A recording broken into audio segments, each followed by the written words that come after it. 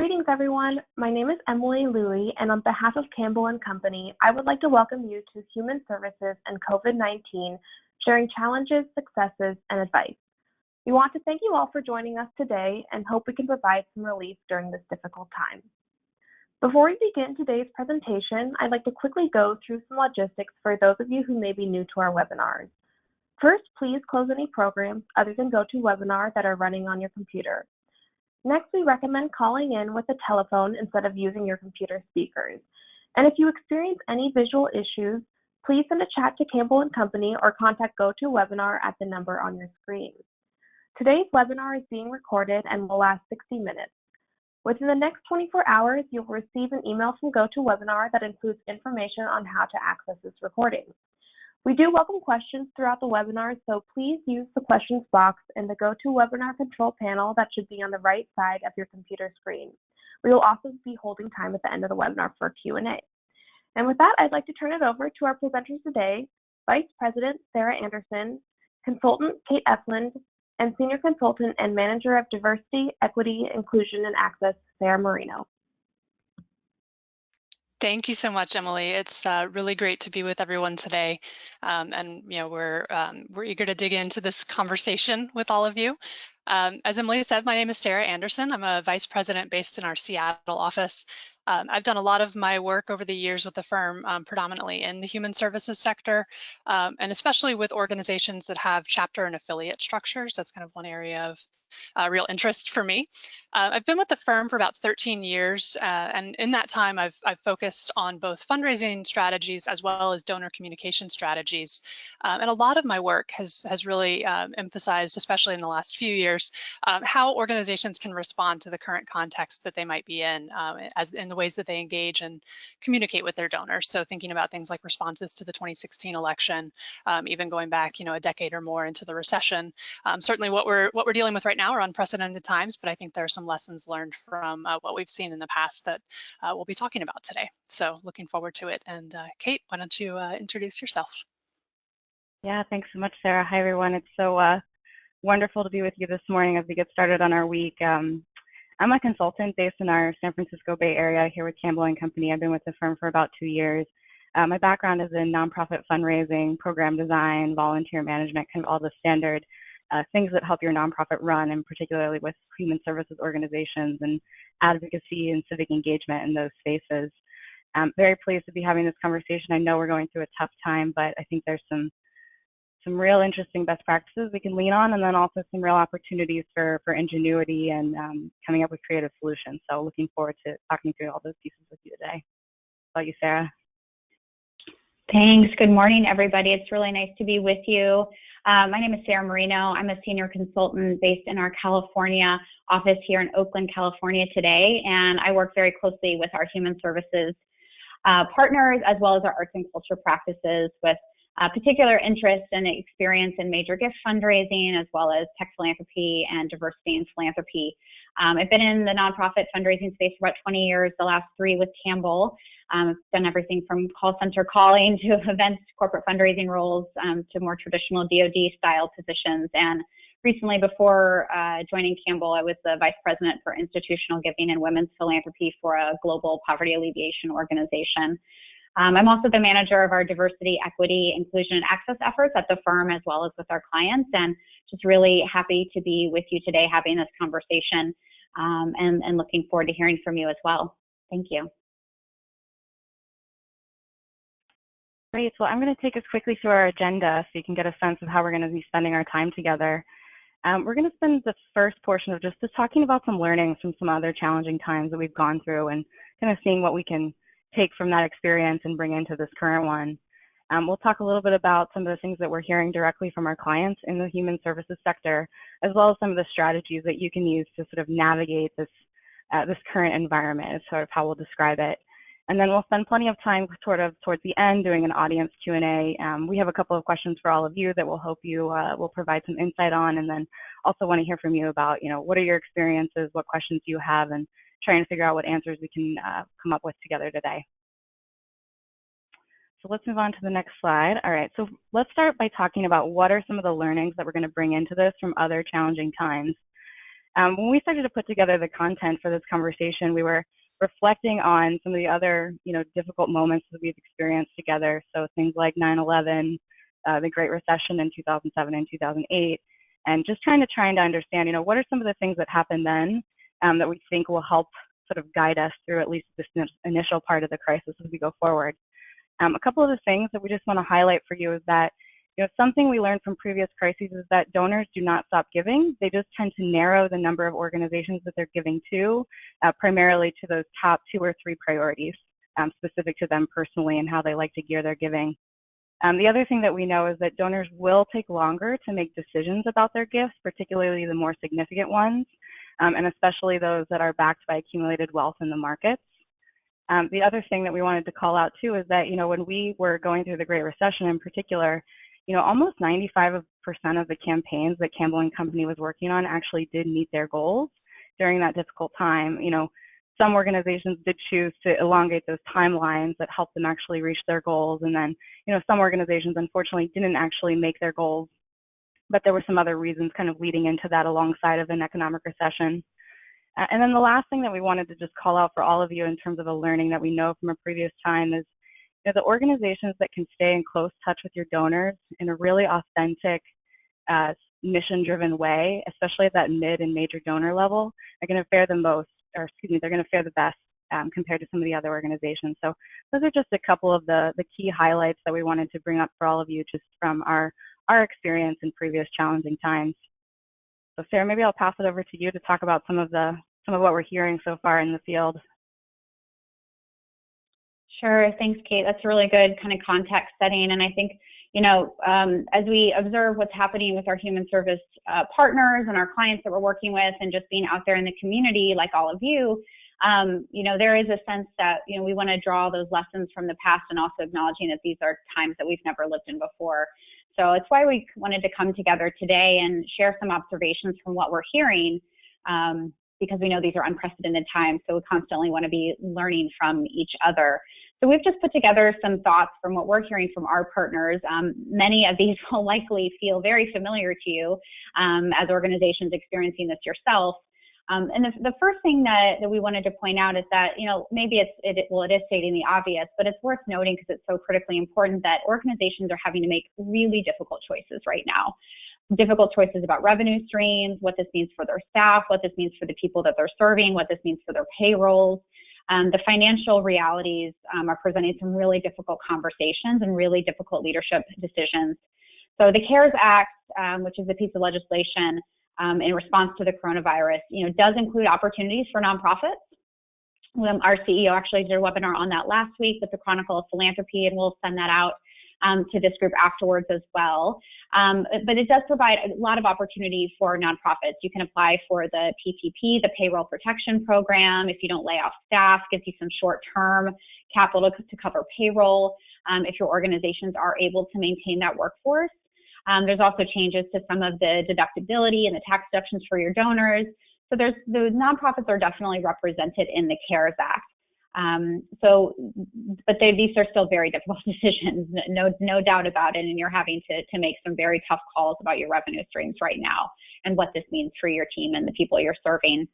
The other thing we're seeing so acutely, and this is probably one of the main things I'm hearing, is a drop in volunteerism. So we are a sector and a community that relies deeply and meaningfully and regularly on volunteerism, no matter where you work within human services. It's an acute problem. And this, dependence on volunteers, really stems from the fact that we rely so heavily on corporate volunteers who are no longer meeting anymore, on oftentimes retirees or people who are in a more vulnerable population right now with the virus. So we're going to address some virtual volunteering strategies in the next session, but just wanted to acknowledge that this drop in volunteerism is highlighting the importance and our reliance on volunteering in a really significant way. So that's something that we're seeing as well. The next piece is maybe the closest thing to a silver lining that I can come to at this point. I'm sure we'll see it at some point, but not to belittle the seriousness of the tragedy that we're still within. But this crisis is really forcing organizations to make decisions a lot faster and with a lot more transparency. So I, have seen really radical transparency on a level that I've never seen from my clients before. So these organizations sometimes are typically, more risk adverse. Maybe you're a little bit slower to move. We're finding that we don't have the luxury of time, that people are really hungry for information. They're really desperate for that certainty and that clarity. And so, we can't just wait to see what happens. We need to communicate now. We need to make decisions now, and we need to communicate that pretty immediately to those who need to know. So some of the things that have come up through this, decision-making shift is an opportunity to reflect on what are you doing now that seemed totally impossible 2 weeks ago. 2 weeks is like an eternity right now, right? So, what are you doing now that seemed impossible 2 weeks ago? Something that would have been unheard of at your organization is an important thing and a learning opportunity for you to reflect on. So how can you take these learnings into the future to change how you communicate and manage the organization? More speed, more transparency into the future. So some examples of that we're seeing, delegation down the hierarchy is a real requirement based on work demands, right? So the work has to, feed out into the roots of the organization. Some teams are finding that they're really empowering their staff to act instead of a more permission-based culture, just because of the demands and the requirement of time. Another example is a homeless organization we're working with, and they've been very clear about their financial needs with their donors, that this will be the impact if we do not raise X amount. It's vulnerable, it's incredibly urgent, it's a very clear call to action, and one that maybe they wouldn't have been so forthcoming about. So those are some things that we're seeing when these organizations are making decisions faster and with a lot more transparency. This last point on this particular is that slide is around organizations who are nimble at this time are going to be the most resilient. So it's the bamboo analogy, right? Bamboo doesn't break because it bends. One example is that an affordable housing organization we're working with, they're finding that while rent payments are still being covered, since most low-income folks are in these residency are already on assistance, they have a really increased need for wraparound support growing within these residential communities that they have typically not, that's not what they do, right? So that's not their thing. And many folks that live there have jobs that are considered essential at this time. So they have particularly increased needs. And they're just seeing that their programs and wraparound services are just non-existent. So there's a need for childcare. They have the space, but then how do you set it up safely? That's a difficult thing to do quickly, but the need is immediate. Do you partner with other organizations like the Boys and Girls Club to come in and manage the program? Same for parents of school-age children. The residency services that this organization historically provided, they're not set up to manage homeschooling.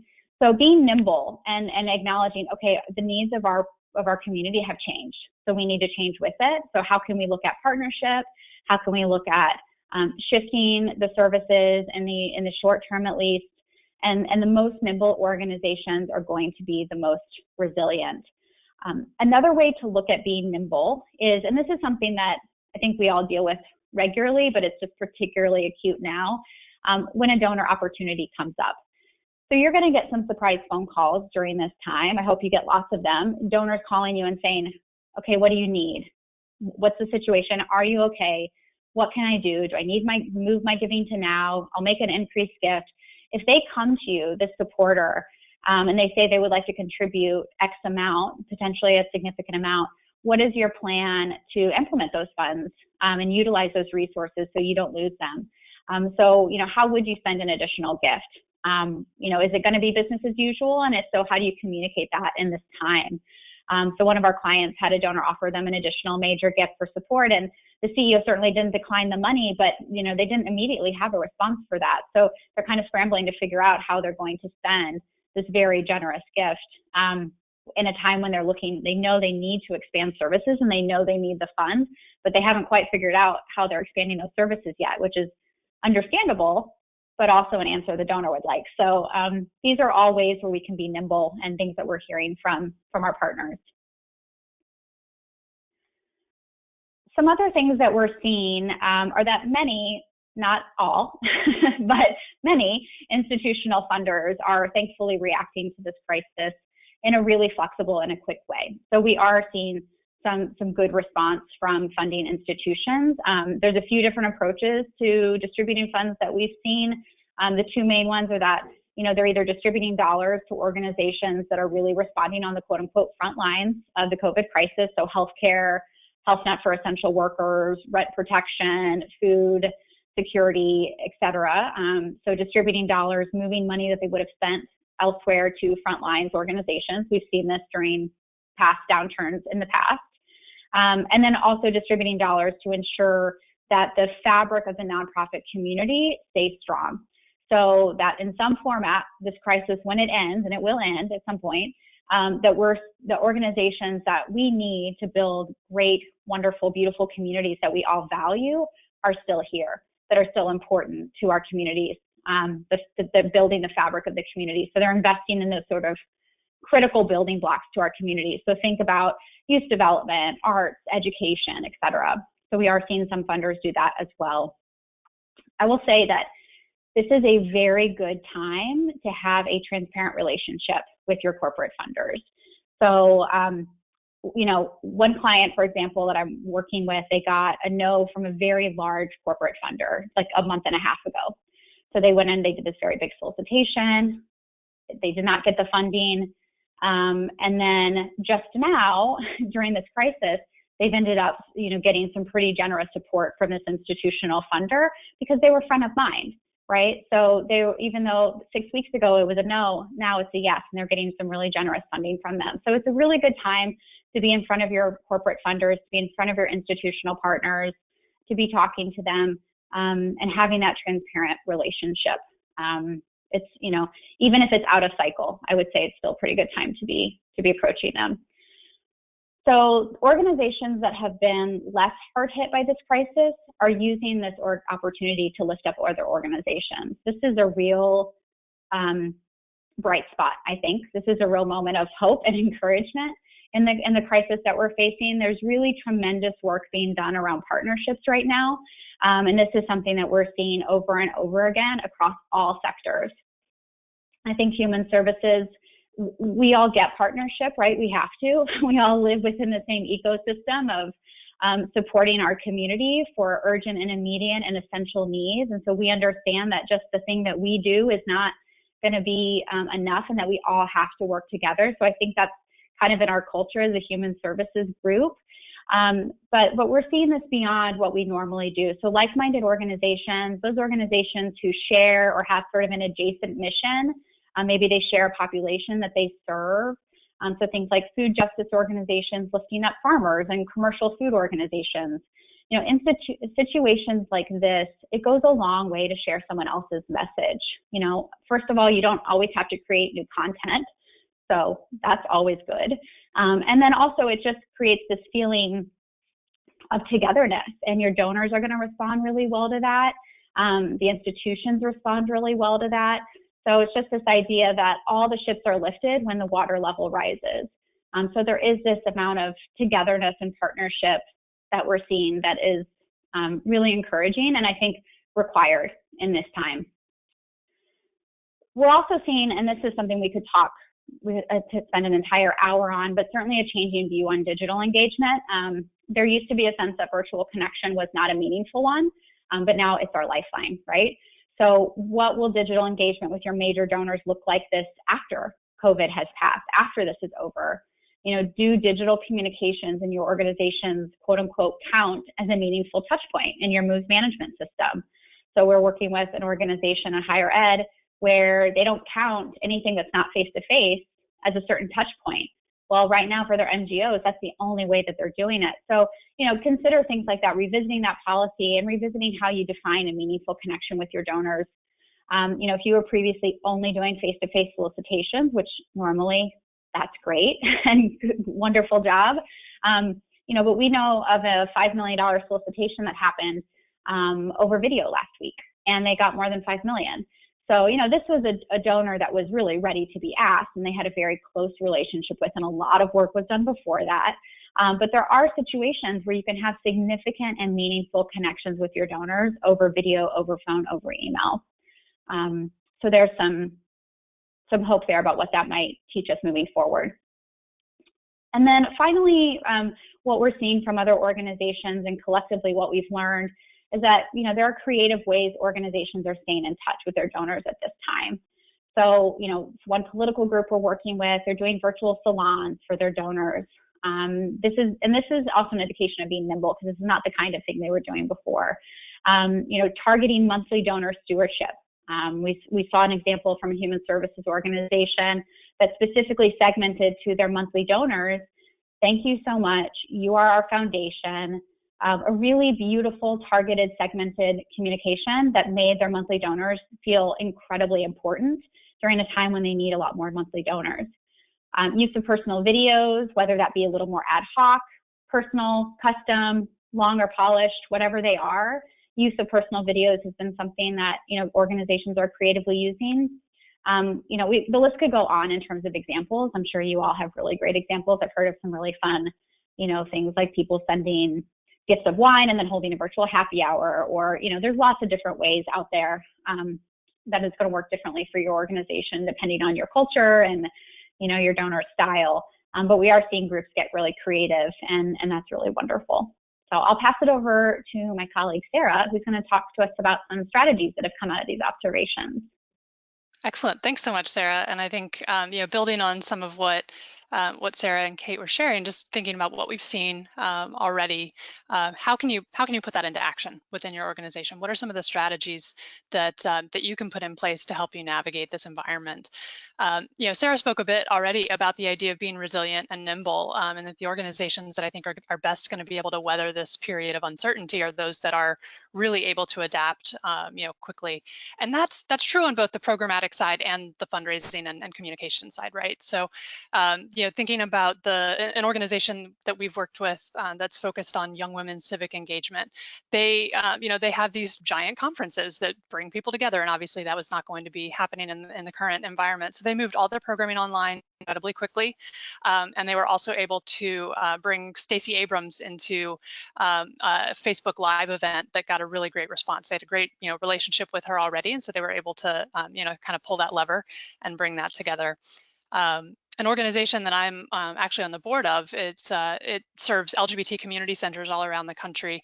And before I think I saw any other organization really pushing kind of webinars and learnings, kind of joint learnings together, they pulled together about 50 different leaders from community centers around the country to just talk about what was going on, what they were seeing, how could they respond to this and move into virtual environments quickly.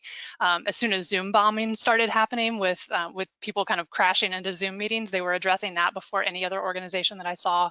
So that's been really fantastic to see organizations seeing something happening and immediately saying this is going to become something we need to deal with, a week from now. So let's get on board. When you think about that nimbleness from the fundraising perspective, thinking about if you were in that position of being about to send a direct mail piece out the door right when schools shut and shelter-in-place orders went into place, you really had to act quickly to think about, do we pull that back? How do we address this?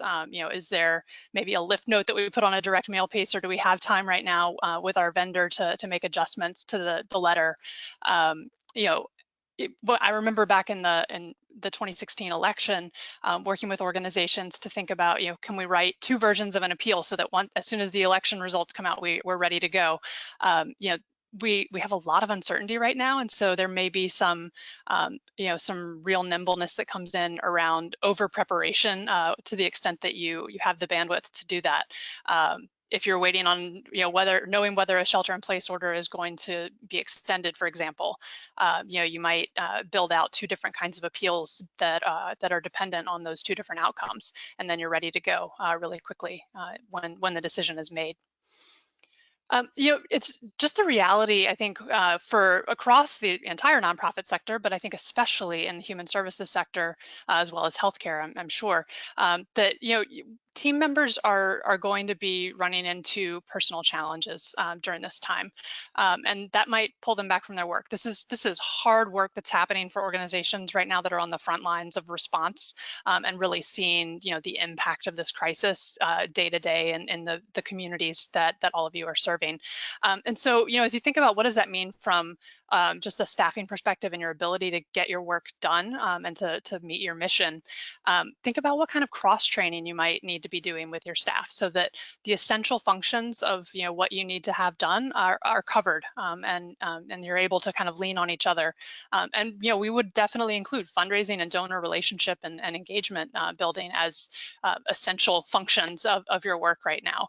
It really comes down to this idea of strong team communication, making sure that folks know within your staff that if they need to step away for a moment for personal reasons, for whatever that is, if they need to ask for help or for coverage on something, that is okay for them to do. And it's much better to ask for that help than to kind of just try to trudge through and then not be able to get something done.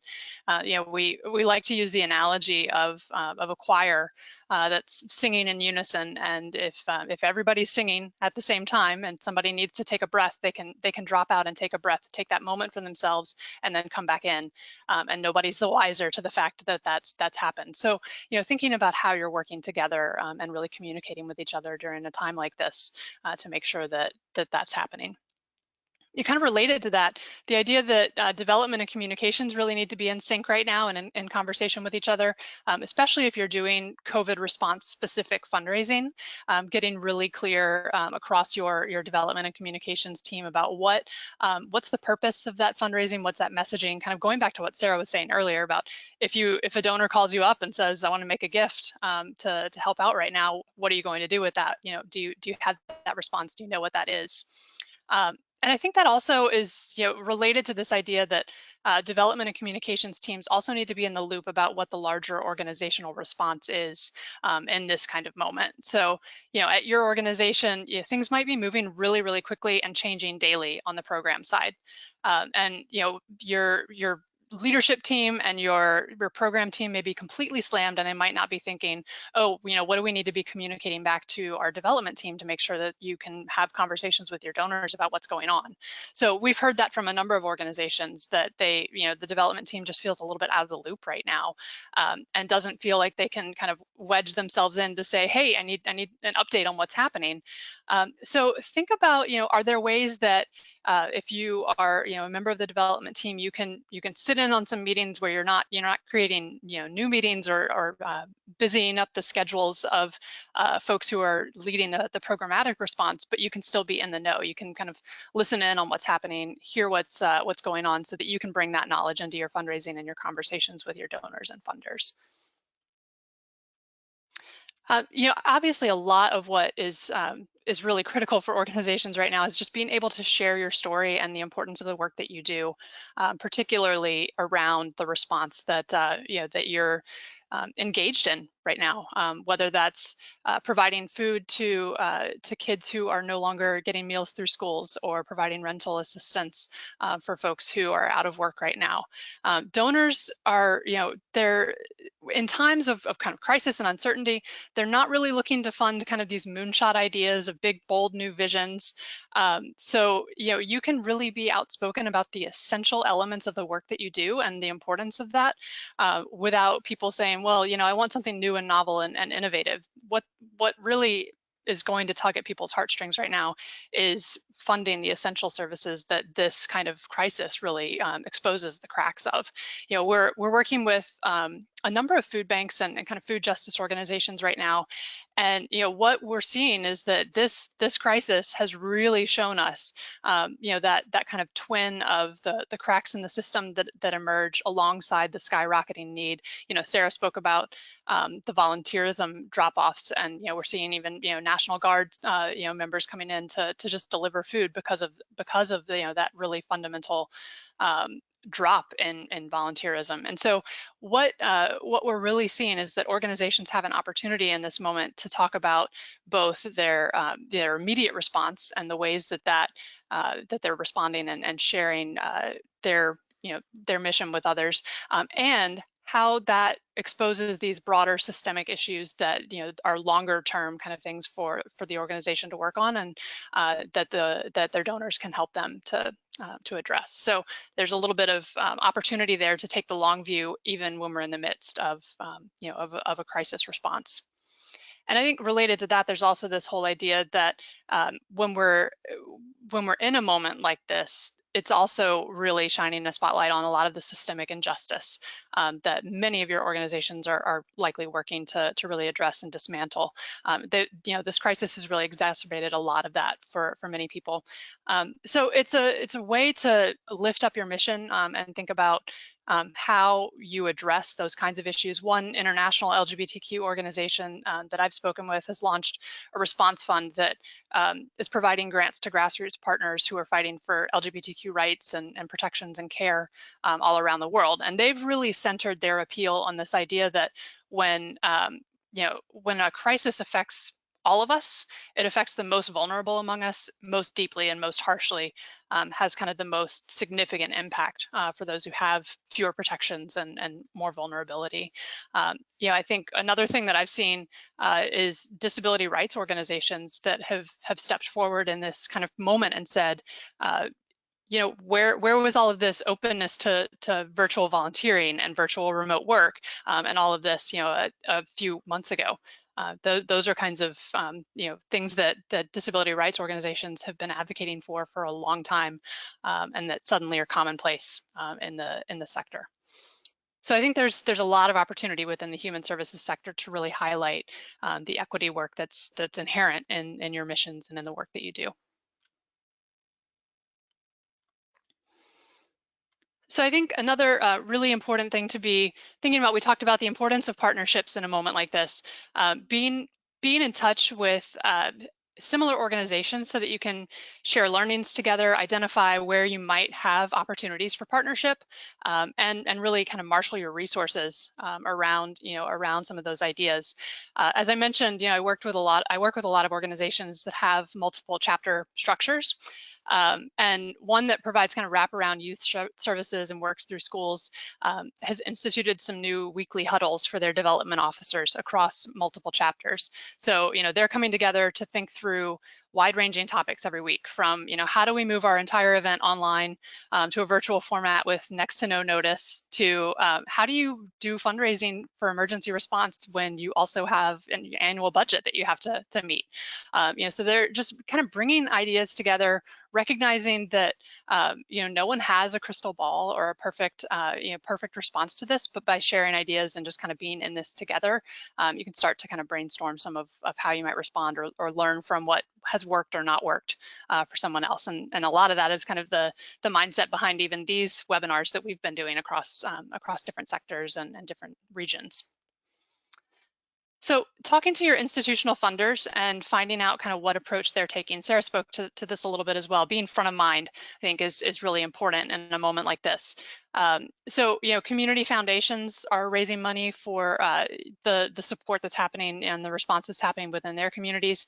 So being in touch with them to find out, how are they approaching this crisis, making sure that you peruse their website and see what kind of information they've already put out there before moving into a call with them, but really understanding that by being in touch, and hearing directly from them about how they want to respond, you can position yourself well and tailoring your ask as much as possible based on what you know about that funder strategy. I think certainly for funders where you already have a relationship, you've received funding in the past, I think those are definitely the first routes to go. But then, we're even seeing some examples of funders who are supporting organizations that are on the front lines of this response that maybe they haven't supported in the past. And I think that's an especially important opportunity in the human services sector, more so than many other sectors. Talking with your team about what are the ways that you can engage your corporate partners, both as volunteers and as donors. That's a really important moment right now, especially as we've seen kind of that volunteerism drop off, as Sarah talked about. So, one organization that we work with that's focused on youth education is that trying to get laptops for students who don't have access to technology at home. So they're, looking at different corporate partners and connections that they have so that students can engage in distance learning without needing the paper packets that many school districts have been preparing. Lots of organizations that I've been working with who are in the midst of event planning right in early March and April. they've been in really good communication with their corporate sponsors throughout that to just kind of keep them updated and engaged, even involving them in some of the discussions about, maybe involving like a lead sponsor and how should we move this event virtually, or should we postpone it? Just kind of thinking through those questions and those strategies with them. And we have not, or at least I have not yet seen a single corporate sponsor who said, we're not going to continue our support. They're redirecting that, recognizing that organizations are kind of up against it right now, and thinking about how they can shift in those formats. So again, it comes down to the sort of fundamental of communication with those partners, and really thinking about how you can involve them from that perspective. And then, leveraging virtual volunteers in really specific ways, and that's going to vary from one organization to the next. That there may be, some opportunities for you to involve virtual volunteers, corporate volunteers, individuals, whatever it might be, safely from their homes. And you'll have to think about what that might look like for you, whether that's a reading tutor who records a lesson that is then sent to a student, or I think the other real opportunity in this is if you've been, particularly if you've been struggling with thinking about how to engage volunteers as fundraising ambassadors, there's never really been a better moment for that. I think people are probably more open to that type of volunteering right now than they probably would have been, a few weeks ago, even certainly a few months ago. One organization that serves young women has been involving their volunteers and calling some of their major donors just to check in on them, just to say, here's what we've been doing, here's how we're kind of adapting and responding, but most importantly, how are you? And people are answering their phones now more than they have in the past, and so there really is an opportunity in this kind of moment to engage folks in that way. And I think the other thing that we've seen, especially as a lot of events have moved online to virtual formats, keeping that idea of a table captain in a virtual format.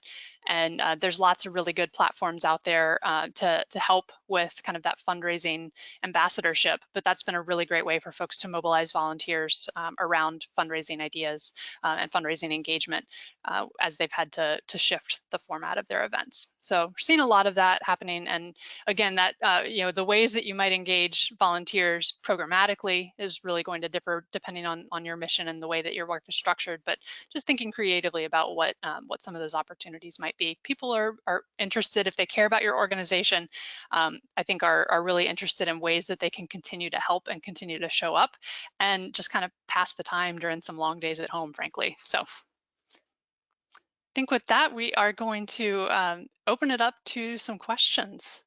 So I'll turn it over to Emily. Great. Thank you all. So we will now be taking audience questions, so please send them through the questions box in the GoToWebinar control panel. We also invite you to share your experiences and how your organization has been responding to COVID-19. If you do have any responses to the questions posed on the slide, we'd definitely love to hear those and share with the group. So our first question is related to the strategy that was mentioned about highlighting the systemic injustice you work to dismantle. So the question is, there has been some concern in the veteran space that if we try and put focus on veterans and the military family, that there may be some negative reaction for the needs of healthcare and others that are affected. Do you have any tips on this? That's a really great question, and I think that it kind of goes hand in hand. The healthcare needs of veterans and military families alongside other issues and vulnerabilities that they might be facing. And I think it's potentially, if I'm understanding the question and kind of the content correctly, I think that it may be an opportunity to highlight how a healthcare crisis like this really exposes some of those vulnerabilities for veterans and for their families. Whether it's lack of access to care, whether it is mental health issues stemming from their service, that really kind of go hand in hand with the need for healthcare right now, alongside other sorts of social supports. So that I don't think that it's going to come across as offensive. Or anything that would turn people off.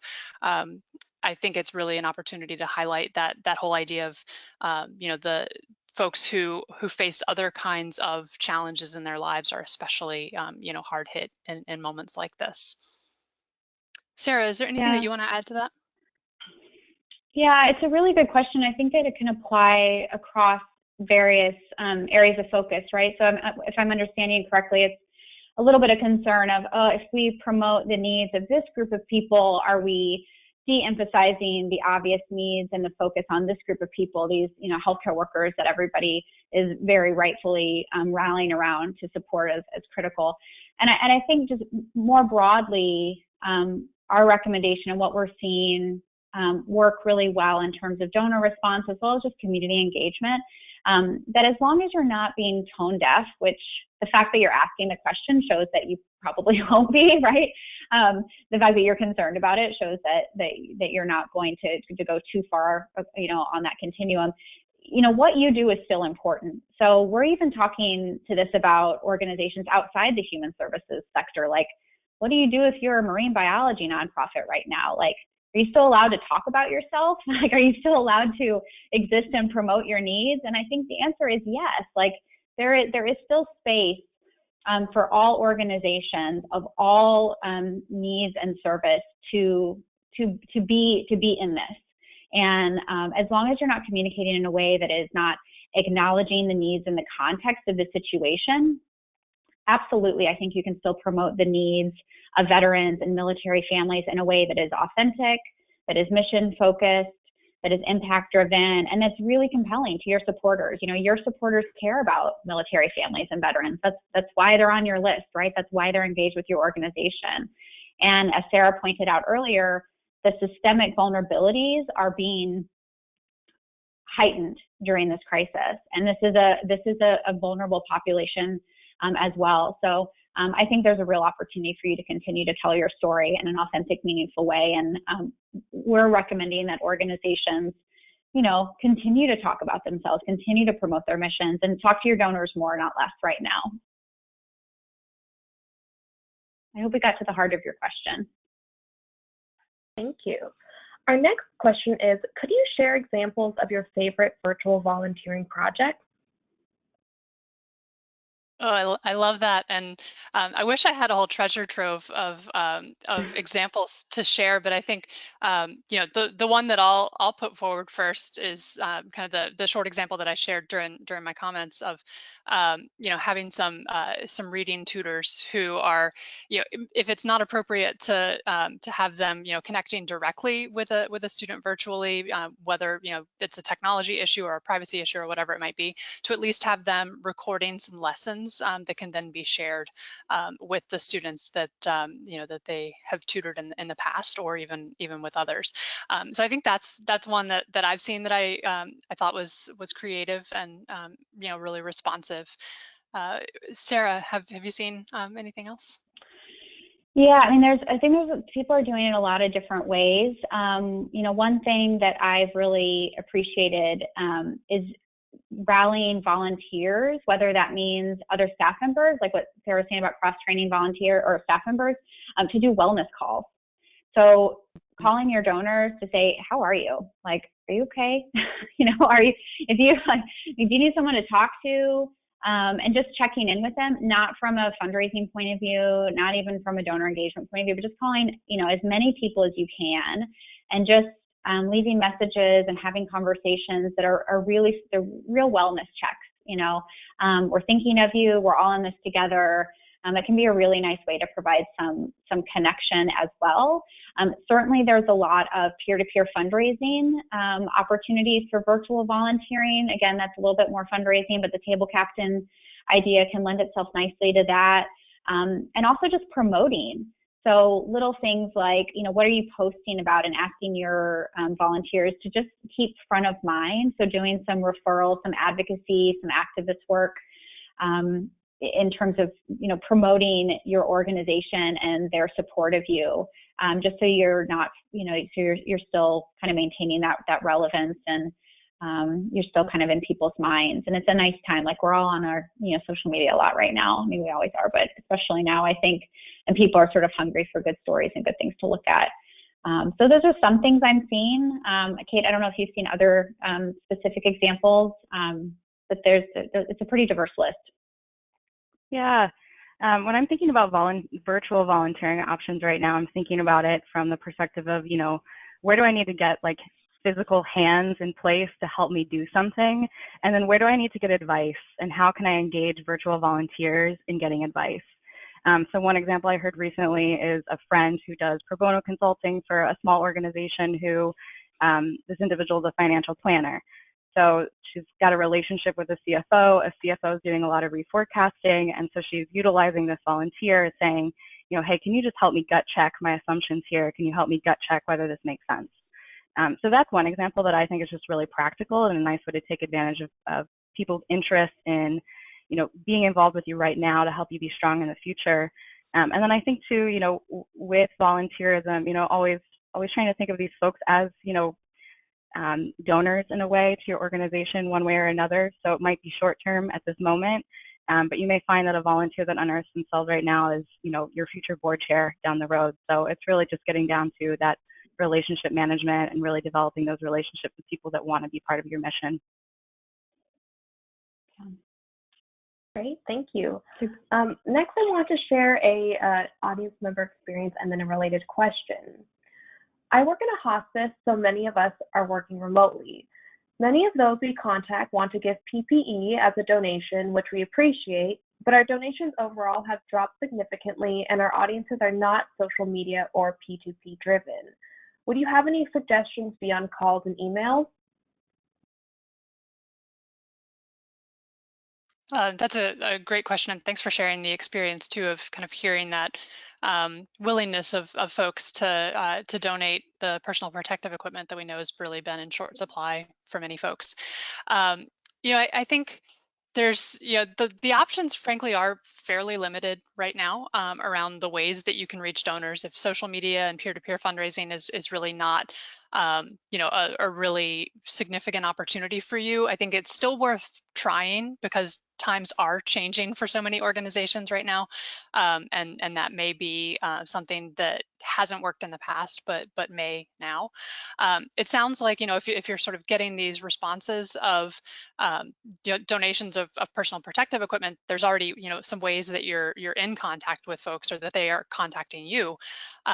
And I think it's I don't think that it's crass or out of line to say we really appreciate this donation of masks. Thank you so much. This is going to really be useful for our team and the people that we serve, whoever it might be.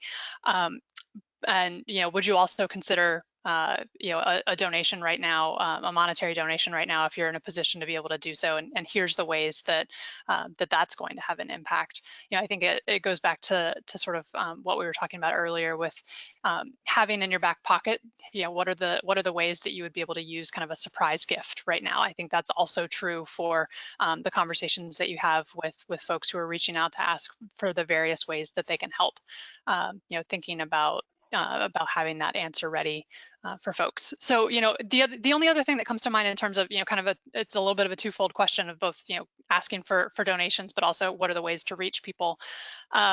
If social media doesn't feel like the right venue or the right avenue for, for your audience in particular, also thinking about, just kind of general advertising, whether that's newspaper advertising. I've seen many more organizations that are buying up commercial ad space right now, just to highlight, very transparently the need within the communities that they serve and the way that they're responding to this crisis. So that may be another way to, if you're in a position to be able to do that, to think about reaching people in other ways. Yeah, and I would just say this is to that point of radical transparency. So just really getting to the point. And so saying, if you have a donor who calls you and say, hey, I've got some masks, I'd love to give them to you. You can say, great, you can drop them off at this location, or you can give them to this alternate organization who is accepting them. Here's what we actually need for these reasons. We need to cover these costs for this piece of the emergency. And so I think practicing that radical transparency is totally fair. And they're coming to you with an offer to help, so it's completely appropriate. And besides, if they're not on social media, I think now is a time where potentially, it is a time to innovate. People are going to forgive you for trying things that don't work right now. So, I think if it hasn't worked for you in the past, it might now. And if not, you still have your traditional calls, emails, direct mail, letters, personal notes.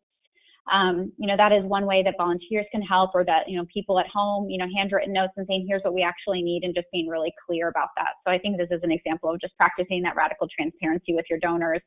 Thank you. Here's what you can do with that PPE. And now here's what we actually need for these reasons. Great, thank you. Our next question is, do you have any suggestions on how to raise money for emergency funding while also fundraising for your annual fund? Yeah, great question, and one that so many organizations are in the thick of right now. I've got a few thoughts on that I might add in a moment, but Kate, do you want to share a little bit about your thoughts on this? Yeah, sure. I'm happy to. The first thing that I would just say, kind of hearing that question, my immediate reaction is, what exactly is different about this emergency fund from what your annual fund will cover for your organization going forward? So, right at this moment, what is changing about the programs and services that are going to be supported through your annual fund that you might be able to elevate both either with this emergency fund and or question whether or not, kind of a separate emergency fund from your annual fund is critical right in this moment. So I think it's about being really clear about what's changing at your organization, what programs are you still offering, and then deciding whether or not it makes sense to have your messaging around your annual fund shift, or whether it makes sense to do kind of its own thread of fundraising. So that's my initial thoughts, Sarah. And Sarah, I don't know what you might add to that. I think you covered it brilliantly. It's, and that's true with any kind of annual plus fundraising program, whether it's a capital campaign and your annual fund or anything else. It's just about very clearly distinguishing the difference between the two.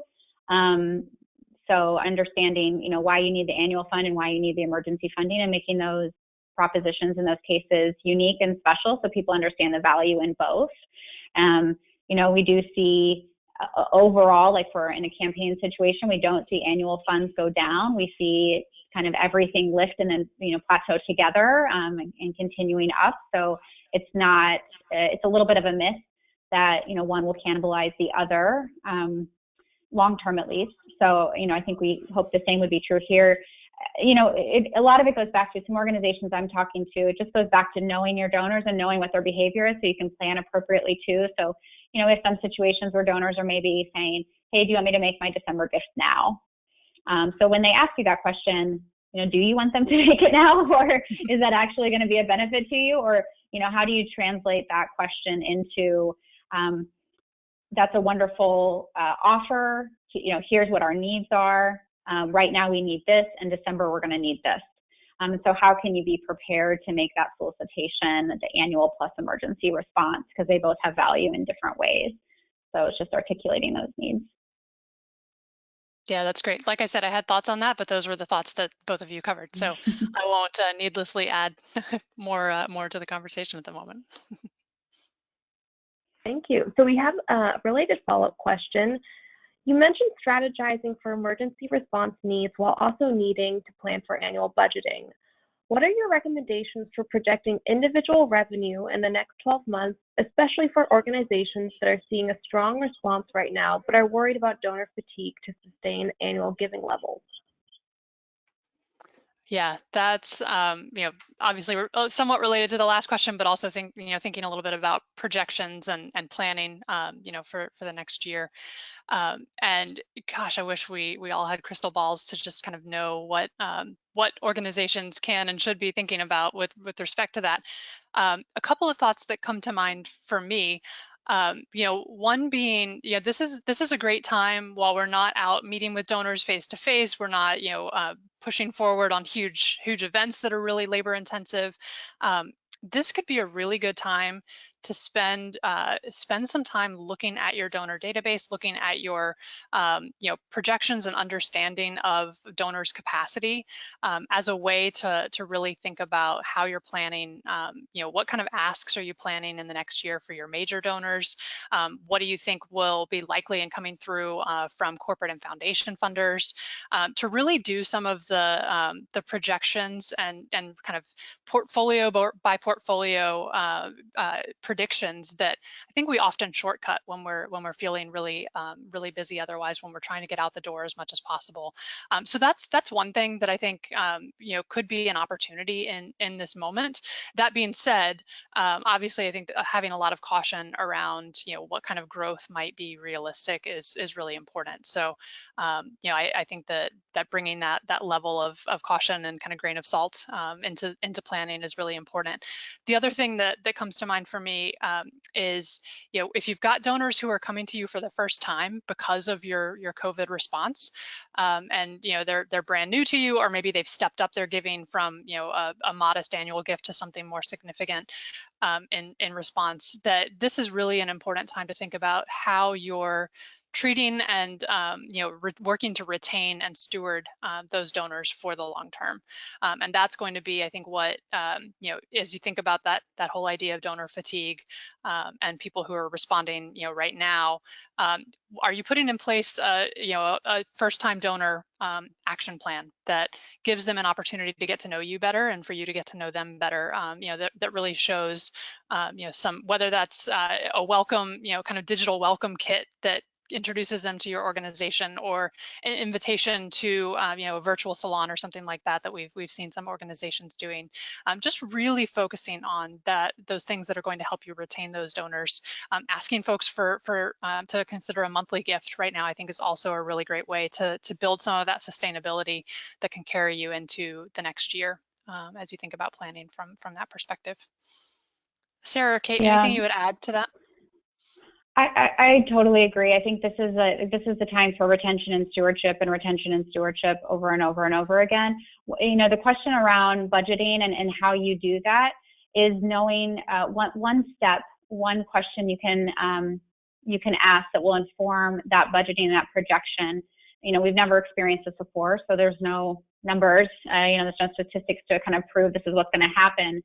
But looking at your retention figures, and what is your retention rate for your donor base on a normal operating year, right? So what is it for segment by segment? And then looking at what that retention rate is for your first-time donors in particular. And that might be a good indication, or at least somewhere to start when you're projecting for what's going to happen with these donors who've just come to you because of their emergency response. So that's somewhat of an indication. It's not going to be a perfect science because, again, we've never done this before, but that might be an opportunity. If you can segment your retention rates, that could be really informative. And I'd also suggest when you're having these budgeting and forecasting conversations, just to be very clear with your board and your leadership that these funds are, that this level is not necessarily going to be retained and continued, but there is opportunity with investment of resources, with having that first-time donor strategy, with having more people making thank you welcome calls to retain at higher levels. So it is an opportunity if you can invest that time. Yeah, the only other thing I'd add, and I know we're getting close on time here, so just want to make one more quick point, is just to just get really methodical with the review of your portfolios and your donors, particularly at the major donor level, and really get a sense of who gives when, what is the giving vehicle, is it a DAF, how can you, what can you plan on, what's going to change, and just kind of, take that step to get just really deep into the numbers and the background information. I think that can really help you plan, particularly towards later in the year when at the moment we really don't have a lot of sense of where things are going to be. Thank you. So I think we can squeeze in one last question, which is, do you think there is more value in reaching out or thanking in a personal way, such as a handwritten note, email, or call, versus reaching out to donors as a whole in a blanket typed letter or mass email, keeping in mind the much greater time commitment involved with reaching out to people on a personal level? Well, my answer to this is going to be both.